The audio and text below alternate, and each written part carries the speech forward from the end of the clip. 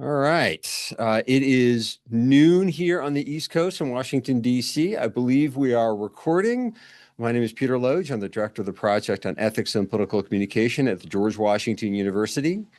Welcome as people are filing in. Welcome to our ongoing conversation series about ethics and political communication. Do a little throat clearing. I'll introduce the guest and we'll get to it. The throat clearing, as always, is I am recording this. It will live in perpetuity on the Project on Ethics and Political Communications website. I'll email a link to everyone who registered. And please, tell your friends you're looking for video stuff to send out for the holidays. What better than ethics and political communication? The Project on Ethics and Political Communication promotes a study, teaching, and practice of political communication ethics. We do this by talking to the press, writing in academic publications as well as the popular press, having conversations like this. We give talks at universities and organizations. If you're interested, drop me a note. I've got a small budget, happy to help pay my own way to come talk to smart people about interesting things. And otherwise, just make the point that ethics is something we ought to be paying attention to. A big part of that is, of course, the conversation we're going to have today with Joe Pounder, one of the leading Republican consultants working out there. I'm reading his bio off of his company website. So, Joe, if you've got complaints, take it up with your IT department. Joe is the founder and CEO of Bullpen Strategy Group, to include more than 50 professionals serving clients across diverse industries in the U.S. and abroad. Prior to his current role, he launched several successful communication and research groups, held senior roles in American politics and government. You've all read his bio. You know this. You worked with Senator Rubio. You worked on the presidential campaigns of former Senator McCain, former Governor Romney. You worked in the White House Office of Communications under President Bush. You're deputy campaign manager for Senator Rubio. Long and robust history in Republican politics. And really importantly and impressively from my perspective is Joe is currently a Turker Fellow here in the School of Media and Public Affairs. Every year, SMPA brings in a leading person from the political world and a leading journalist and brings them to the students. They guest lecture in classes, they hold brown bags, they sit on panels. Basically, if we ask for a favor, they kind of have to say yes. We're very lucky that Joe is a Turker this year, and he's also an alum of George Washington University's Elite School of International Affairs. So keeping it all in the family for this last one. So with all of that, Joe Pounder, thank you so much for joining me. Welcome. My pleasure. Thank you for the opportunity, and thank you to SMPA for hosting this and for having me on board in the last semester. I'm looking forward to the conversation. I think the first thing I want to get at is what a political consultant does, right? This is a term a lot of people know. You may see it on TV or movies, but it's also one of these sort of abstract, what actually, as a political consultant, day to day, what do you do? What's your role? Well, it's a easy question, but also a big question about what is a political consultant. And I think to kind of answer that, maybe I'll step back a little bit. This point was made to me many, many years ago in my career, which is way too long. But like campaigns are like startups. They literally every 2 years, a campaign has to quickly launch and so forth. So in that way, it's the only industry in the United States which has perpetual startups and so forth. Once a candidate decides that they're running, they have to scale up very, very quickly. And it's an industry which is not small. Like you're thinking about, in 2022, I think more than $16 billion was spent on politics at the federal and state level. $16 billion. All the campaigns are startups. They didn't exist at the beginning of the cycle. And then in 2024, I think you had about nearly $15 billion spent just at the federal level and so forth. And what's unique about this industry is there's an end date. You're literally running against the clock, which is election day. So you've got to start something and you have an end date. And that means once a candidate decides that they're going to run, they need to move fast and they need to move quickly and they got to scale up their operation. And usually they're not surrounded by a bunch of people who know politics. Like they haven't done campaigns before. They know the candidate, maybe they're a friend and so forth and encouraging them to run, but they're not professional campaign people who have done previous campaigns. So that means they need to bring on consultants. They need to bring on people who are experts in different aspects of running a campaign, whether that's being a pollster, an ad maker, a direct mail person, someone to run the digital, and someone to, in my case, in the past, do opposition research or rapid response communications. So that means like they got to go out and find all those people. And sometimes there's what we call the general consultant, the GC, who kind of leads the strategy, who is probably the first person brought in. Sometimes is also the ad maker in the campaign, but their job is like the big picture. And then they assemble a team. Bigger campaigns, they can hire full-time staff and so forth, like maybe a political director, a campaign manager, and so forth. But to get quickly going, you have to bring on basically that team of consultants that can set up the operation very, very quickly so you don't run out of time. You don't lose a lot of time. And those consultants, generally have their own firms, or they could be independent operators working multiple clients because they too have to have like a business model that sustains them when all these startups go away at the end of the cycle. So that's a long way of saying that like political consultants are very much have an expertise in different aspects of running a campaign, and they come together with the candidate to basically build the campaign effort at the end of the day. So that's very much on the operational side. And I'm really glad you brought up that business side of it. I mean, everybody knows there's a lot of money in politics, and Yeah. not a lot of people think about where that money goes. And a lot of it goes to just people doing the stuff, many of whom are expert in accounting and campaign law. Yep. You got to hire people. You got to, file their tax paperwork. You got to buy them cell phones. You got to do whatever. There's a terrific book called Campaign Inc. by a guy named Henry DeCio, who was basically the COO on the first Obama presidential campaign. And his job was just making stuff work. He wasn't David Plouffe. He wasn't the message guy. You, Joe, never messaged against him when you were working on those campaigns. He was the guy renting cars. There's also, though, a view of political consultants of people like you who are sort of the in the background, the whisperer, the real power behind the throne. You're inventing the messages. It's come this nefarious. The candidate's just a puppet. How real is that? Um, I think like, listen, I think big campaigns and so forth, you have to have a lot of people at the table advising the candidate and so forth on the strategy and all the mechanisms at the end of the day. I don't think it's as real as people perceive. All the campaigns that I've worked on in the past, the candidates actually have very strong notions of what they want to do, when they want to do it, and what they need to be messaging. It's part of the challenge of being a consultant is working with that candidate to shape that to what the data from polling may be telling you, what the macro political environment is telling you, and so forth. I've done campaigns with John McCain, Mitt Romney, Arnold Schwarzenegger, and even Marco. No one was telling them what to do. But at the end of the day, you did actually have to say, hey, this is where I can input. And my input is we haven't been to Miami in quite, or we haven't been to Jacksonville in quite some time. There's a constituency that we need to talk to there. Our opponent just said this today. We need to respond to that. And that's what the candidate is looking to the campaign to do. And the candidate doesn't have the time for the day-to-day micronations of the campaign, like in the back and forth. They need that COO type who's running it, who ensures that the door knockers get out there, that the staff is paid on time. And sometimes that does lead to like trouble where like all of a sudden the campaign is out of money and so forth. So the candidate has to be very trusting of the team that they put together so that they can focus on the message and winning the voter every single day, and maybe not how much money is going out the door today, how much is in the campaign bank account, and so forth. So I think it's a give and take, and we've had that in the past. These big political consultants like Karl Rove, David Axelrod, and so forth. But they worked with very dynamic candidates too, who had a very deep perception of the moment that they were in and how they needed to message it, and so forth. So you're helping a candidate tell their story. You're not telling the candidate what story to tell. Yeah, I mean, it's a little bit of like, listen, there's a macro environment.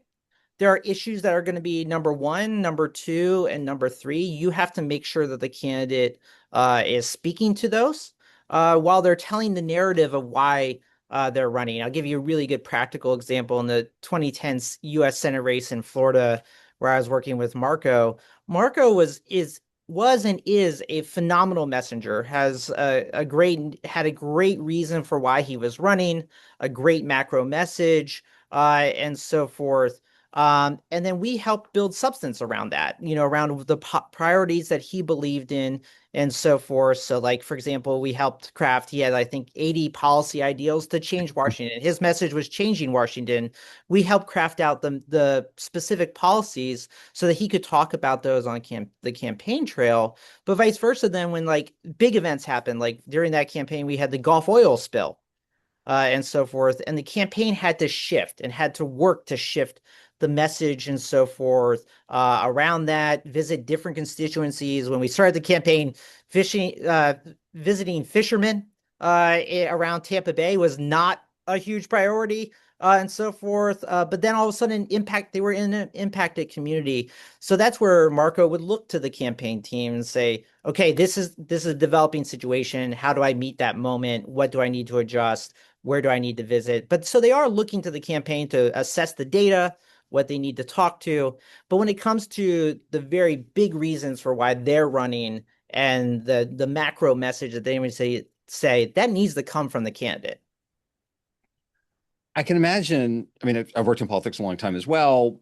Ethical challenges abound. So, what are some of the bigger ethical challenges or questions that you, as a consultant, face? So this is where I would maybe put them into like four buckets, kind of like micro to macro. I think you've hit on a few of these, but on the micro perspective, you are running an organization with people in that organization. So you have a lot of the challenges that come with just pure management and human resources and so forth, creating a good workplace environment in a short time frame because you have people, you want them to be inspired to work there every single day, but they also need to know where their healthcare is coming from and so forth. And you got to ensure a really good team environment. And we've seen cases where that's just we've seen bad examples come to fruition. I'm thinking like after the 2020 election and all the stories we saw around maybe the Lincoln Project as an organization, the workplace culture that was there, despite the big tactics that they were doing throughout the campaign. So as a consultant, that's a very micro example you have to focus on and the challenges that come with that. We've talked about, I think, the second bucket, which would be messaging. Ensuring that your message meets the moment, is based upon facts, is adding to the conversation, and so forth. This is where, when I do classes, I normally say, 100% negative campaigns from the candidate don't win elections. Neither do 100% positive campaigns win elections. So messaging is always, a challenge and can raise ethical concerns. Like, am I saying something based upon fact? And based upon narrative and so forth.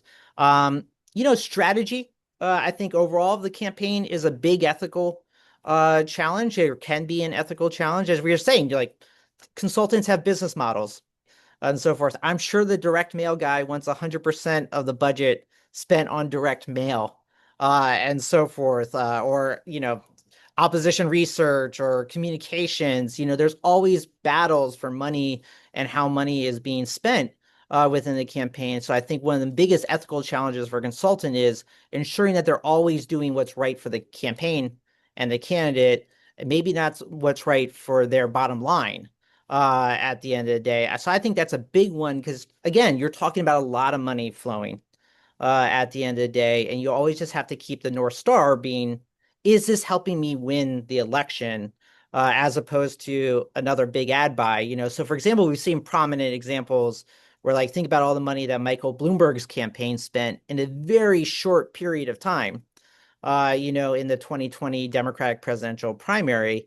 Typically, you see this ethical challenges a little bit more when you have a very well-financed candidate, maybe personally wealthy, and so forth, and spending a lot of money maybe on TV ads that are effective or not effective, and so forth. So that's typically where I've seen it in the past. And then overall, I think the fourth bucket You still have a compliance regimen in place. You still have the FEC, as a watchdog. You still have, from a nonprofit perspective, the IRS as a watchdog, and you still have state campaign finance authorities too, that you always have to be compliant. I know we have a big discussion about that, about how strong is the FEC and how strong is the IRS in being watchdogs. But I think your best political consultants are always mindful of there are bright lines, and you need to color within those lines at the end of the day, because once you start getting a little bit outside, it can lead to problems down the road. I think a bigger point I might make here too is, like, when we talk about this being a multi-billion-dollar industry, it's also one where there's no real, like, you think about a Wall Street industry, there would be a finance analyst, an expert on that industry. That doesn't exist in politics. There's no one saying, hey, this firm is doing X, this firm is doing Y. They stay within the bounds, they don't stay within the bounds, and so forth. So we have watchdogs in the way of the IRS and the FEC or some good government groups, but we don't have people who like know the industry, commenting on the industry writ large, and so forth. So that might be something that could change in going forward. Interesting thing to explore. I want to come back to your second bucket, which is the messaging piece, which is where I Yeah. think a lot of people are really concerned about politics. And I think I'm not sure that anybody out there likes the tone of American politics right now, right? It seems to be all mean, all nasty, threats of political violence is rising, a lot of division. Your job is to help tell the candidate story, right? You work for the candidate you got, not some dream candidate you necessarily Yeah. invent. What role do consultants have in making political messaging, political campaigns less awful? Yeah, I think this is where consultants play a huge part in it. Like, they play consultants are in the day-to-day of these campaigns. And they're working with the candidates every single day. Like, I know, for example, back in 2008 with Romney, there was a morning messaging call with Mitt every single morning, talk about the new developments of the day, and so forth. And maybe he has to change a message, or there's a new development out of the Middle East that he needs to talk to, and so forth. And I think in those moments, helping the candidate craft a message that is based upon fact, that is based upon, their record, that is based upon like tone, that is true to the candidate and so forth, is really important. Campaigns are hard charging, adrenaline filled environments.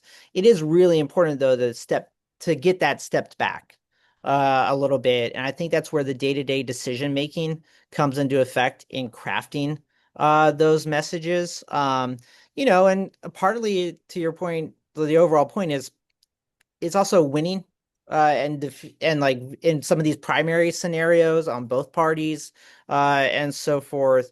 And then I think the third bucket is just ensuring that you're not contributing uh to it, and ensuring that, like, hey, I don't think we need to actually speak out to this. There is a environment now where I think candidates do feel, they felt it 20 years ago, and I think it's even worse now with social media, that they need to be on top of everything. They need to be commenting on everything and contributing to the conversation on everything. And if something was tweeted out, they need to be responsive to it. I think our role as consultants is to make sure that the campaign stays disciplined to their strategy and to their message, and decides whether it's significant or not to add the candidate's voice to, at the end of the day. Both parties want to own the other party, and so forth. And it may sound quaint to say it's a day-to-day decision-making process, but I think that's the best way a consultant can do it. And ultimately it does flow from the candidate, and the candidate sets the strategy and the messaging. And we are in an environment where harder messages lead to more online fundraising, more responsive from whether, your 4-4 voters, your hardcore solid Republican and Democrat voters, and we're in a more base turnout election phase and so forth. So I often try to say, listen, we can be hard hitting, But if we're based in what our data is telling us and we're based in fact and what is true to our record and true to the case we need to make, we can at least shape it and at least set the right tone. The tone might still be hard, but at least it's based more in grounding and in fact. I think people would love to hear that, or happy to hear that. The consultants actually want to make that happen, but obviously not Yeah. everybody's listening to you. Not everybody on the right is Sure. hiring you, Yeah. and not everybody on the left is hiring people who would think like you, just vote for different candidates.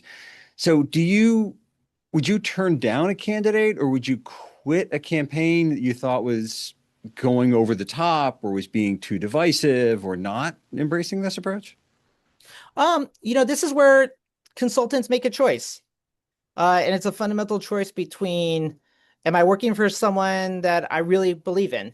At the end of the day, I want to see elected and so forth, or am I working for a paycheck? And whatnot. And do I need a candidate in this race and so forth? I think as you get older as a political consultant, you have more of ability to pick and choose who you work with. When you're first getting started, it's like I need to find candidates and whatnot. I will say for the best consultants, uh, those two should be married together. You're not motivated to really work for someone you're not motivated to get elected at the end of the day. And I think we would all hope that someone picks a candidate that they think would be, best for the country, best for their party, and so forth. But we do see a lot of instances where, consultants help fuel a campaign that's more about online fundraising than not from both sides, and to do that, you have to say extreme rhetoric and whatnot. I think the only heartening thing about that is more often than not, those candidates are on the front page of the Washington Post because all the money disappeared and they didn't get elected.